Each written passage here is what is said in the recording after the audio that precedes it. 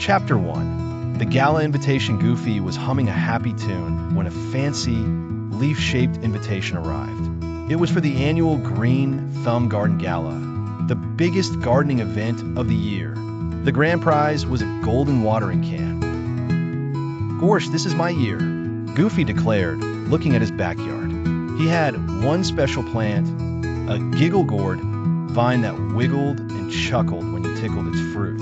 All it needed was a little care to be perfect for the gala. How hard could it be? Chapter 2. The helping hands. Goofy's friends wanted to help. Mickey brought a book on proper plant nutrition. Donald, feeling competitive, brought his prize-winning pumpkins to show off. But Goofy had his own ideas. First, he read that plants love music. So, he played his tuba for the Giggle Gourd.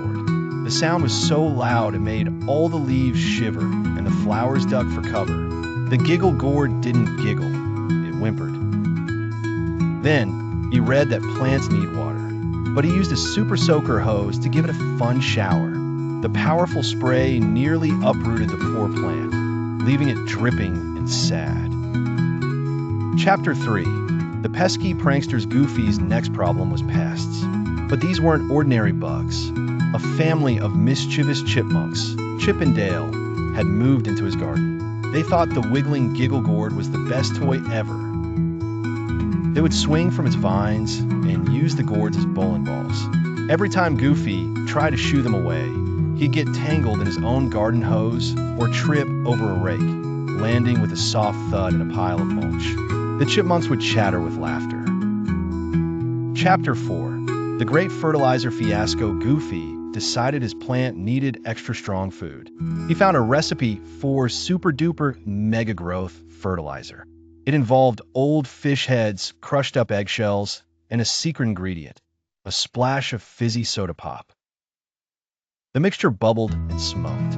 When he poured on the Giggle Gourd, the plant didn't grow. It started to glow with a strange green light, and it developed a case of the hiccups. Every time it hiccuped, it would shake and toss a gourd into the air. Goofy had to run around with a butterfly net to catch them. Chapter 5. The gala day. Gamble. The day of the gala arrived. Goofy's garden was a chaotic mess. The Giggle Gourd was glowing, hiccuping, and being used as a slide by Chip and Dale. His other plants were wilted from tuba concerts and super soaker baths. He sighed. "Well, gosh, it's not perfect, but it's my garden." He loaded the wiggling, glowing, hiccuping plant onto his wagon and headed to the town square. Chapter 6. A prize of a different kind of gala was full of beautiful, pristine plants. Donald's pumpkins were perfectly round. Minnie's roses were flawless. The judges were very serious, writing notes on their clipboards. But when it got to Goofy's display, something magical happened.